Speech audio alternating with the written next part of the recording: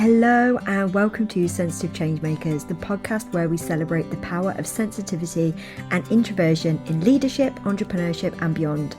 I'm Kate Carter, your host, a certified professional coach, HSP and introvert who's passionate about helping you embrace your unique gifts and lead with authenticity.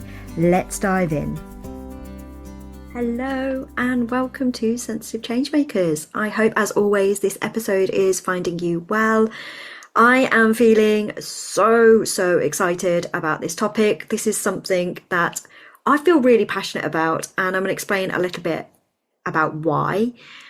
I have had some amazing calls recently, and this is something that's been popping up quite a few times. So I'm going to break it down into hopefully something that you can take away and implement with ease. So my HSP brain wants to give you all of the information as quickly as possible with all of the different variations and all of the different nuances. And yes, absolutely all of those things are true. And also, I know that it can be incredibly overwhelming on the other side of that, on the receiving side of that, to work out what to implement, what to listen to. So I'm going to break this down into one clear thing today. And yes, it's got parts to it, but it is one thing that you can do to really just make your messaging work for you. And the reason this has come up is because I think there is a little bit of a misunderstanding with highly sensitives and with introverts that we don't do marketing, that we don't do content marketing, that it's not in alignment with our energy, that it's just draining, etc. And I wanted to really shine a light on this and bring in the perspective that it can be an and situation, not a choose situation. And what I mean by this is, yes, absolutely, building a business around you and your energy levels and understanding what's important to you, not feeling like you have to hustle, not feeling like you have to be somebody different in order to be successful in business. That is something that I stand for and absolutely is vital in my client's business as well as my own. And also, we can do content marketing. We can do it in a way that isn't exhausting and draining, and where we hate even looking at our screen to wonder what we're going to post today. And I think the misunderstanding comes from this idea that highly sensitives and introverts are waiting for inspiration, are waiting for that creativity. And then when it doesn't happen, or when we're sat in front of a screen and we're kind of just sat there with a blank screen thinking, what am I going to write? Or if we do start writing it, we think, is this too pushy? Am I coming at it from the right angle? Because we do like to overthink things, don't we? That then drains us. Then we feel drained. Then we're like, oh, this is just not for me. Like, I can't do this. This is completely out of alignment. This is wasting all of my energy. And that's when it gets the bad rep. And absolutely, we need to be conserving our energy for the things that really do matter. Like, probably for most of us, I would argue 99.9% of us didn't start a business to look at marketing selling. We started a business because we wanted to make a difference, because we wanted to help people. And that's where we want to put our energy. And that's rightly so, isn't it? We want to make sure that we are making or doing the best job that we possibly can. But it doesn't mean that we can't do content marketing. We just need to find our process. And this is where I find that a lot of highly sensitives and introverts pull away because they don't want a process. They want it to flow. And my argument always has been that actually having a foundational process supports flow, supports creativity. So you're not there sitting in front of a blank screen. You know what you're writing and you do content quick and you know that it converts, and you're not sat there waiting and wondering or second guessing yourself. It's done, it's out there, and you've got people on the other side. And the other thing, I think the other caveat that I really want to say here is we are not influencers, we are business owners. So the metrics that we are looking for when we're looking whether content is working is not the same as what influencers are looking for. So influence is about the followers, it's about the engagement, it's about the likes and the comments, it's about going viral.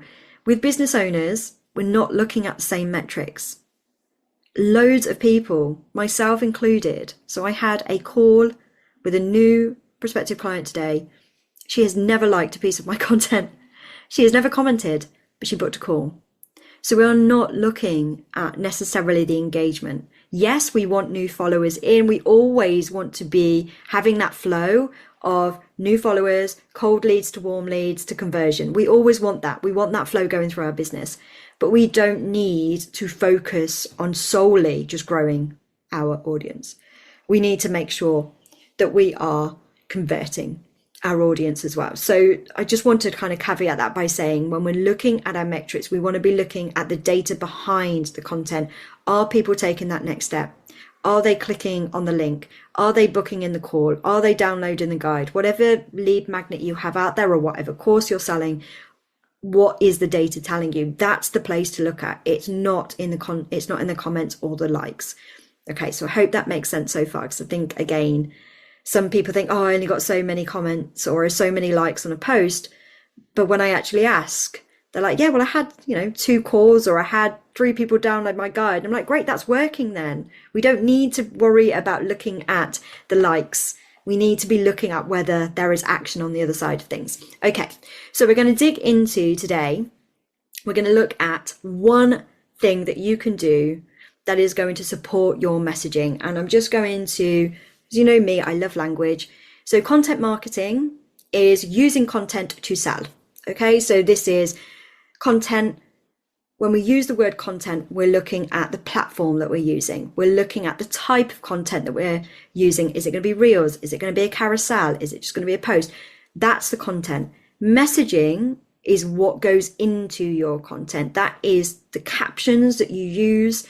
Those are your business identity. And I talk about this a lot because it's not necessarily something that's explicitly shared in your messaging, but it's the place where you feel good about what you're doing. You feel grounded and you trust what you're doing. You trust your abilities and your skills.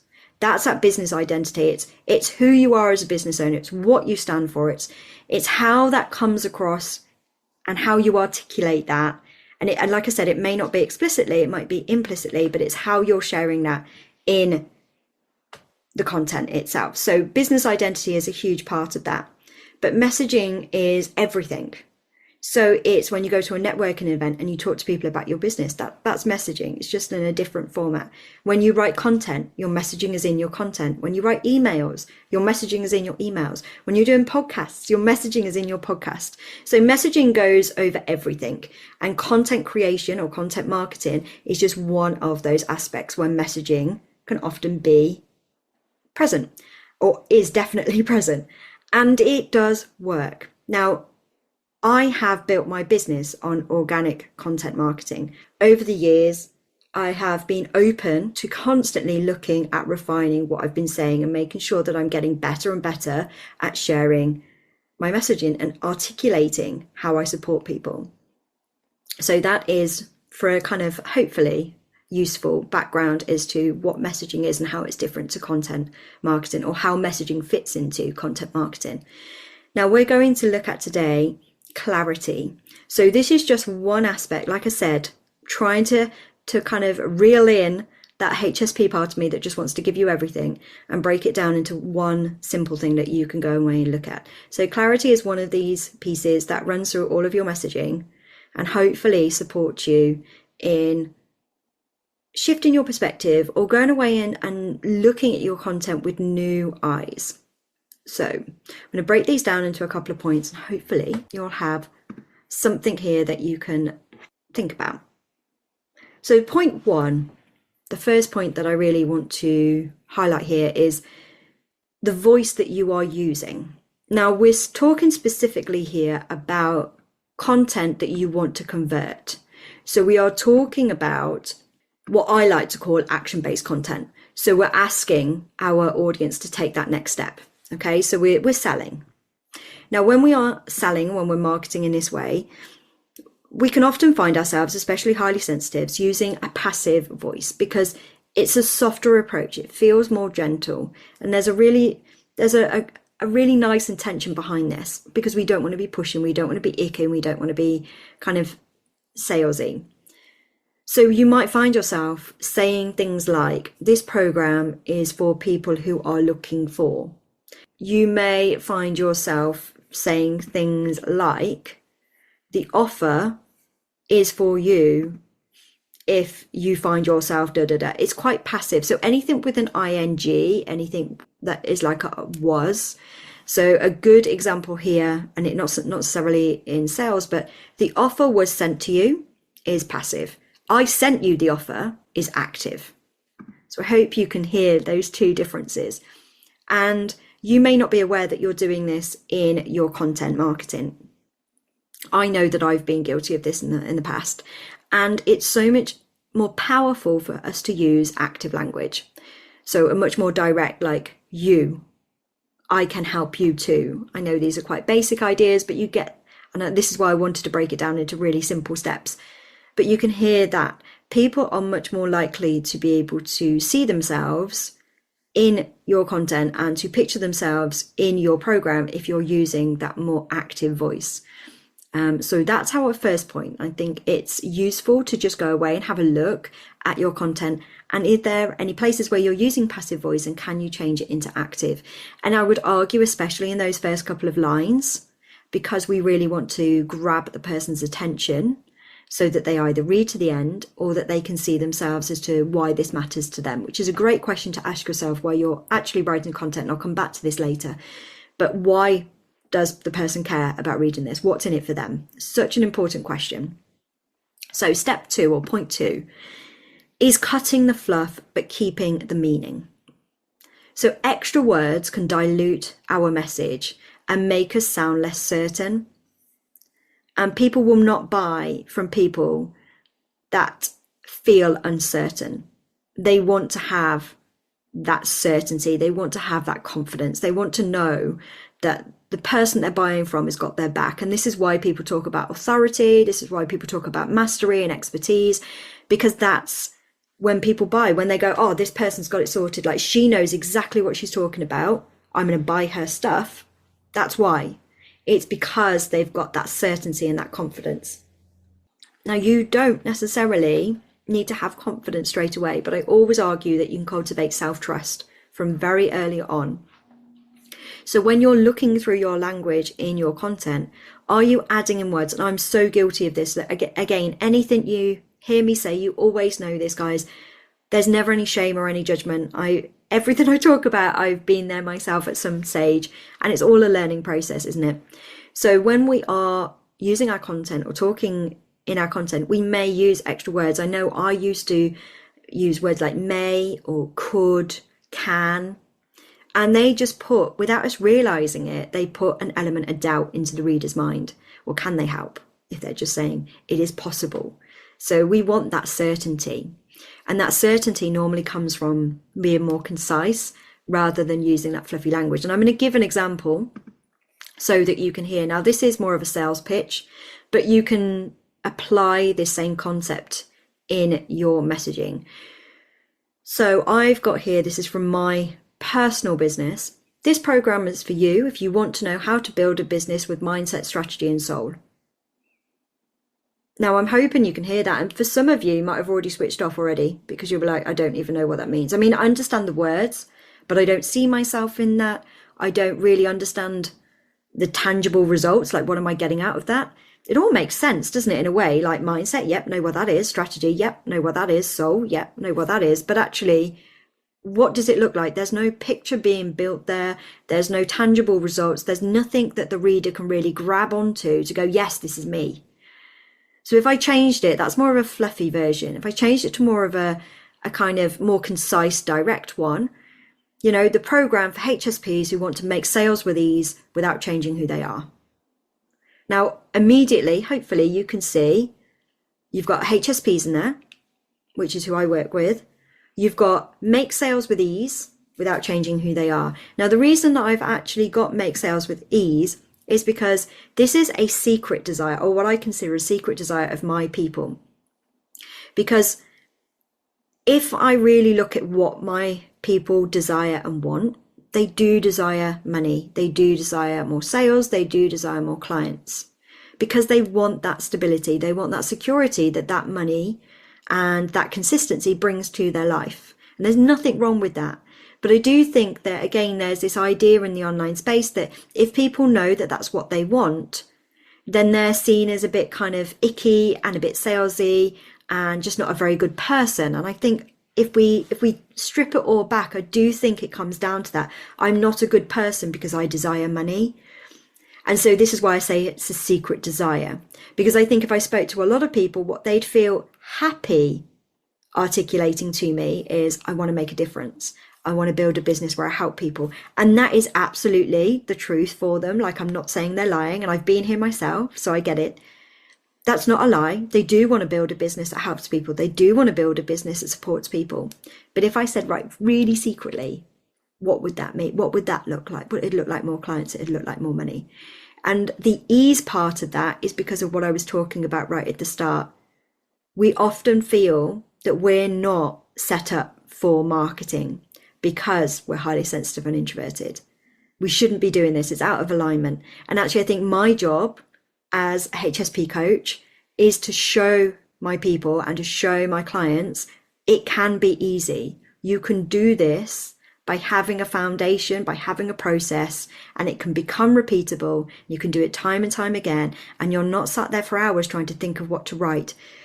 You've done it in half an hour, or you've done it in an hour, and you've planned out exactly your captions for the next week or the next 2 weeks, or whatever it looks like for you.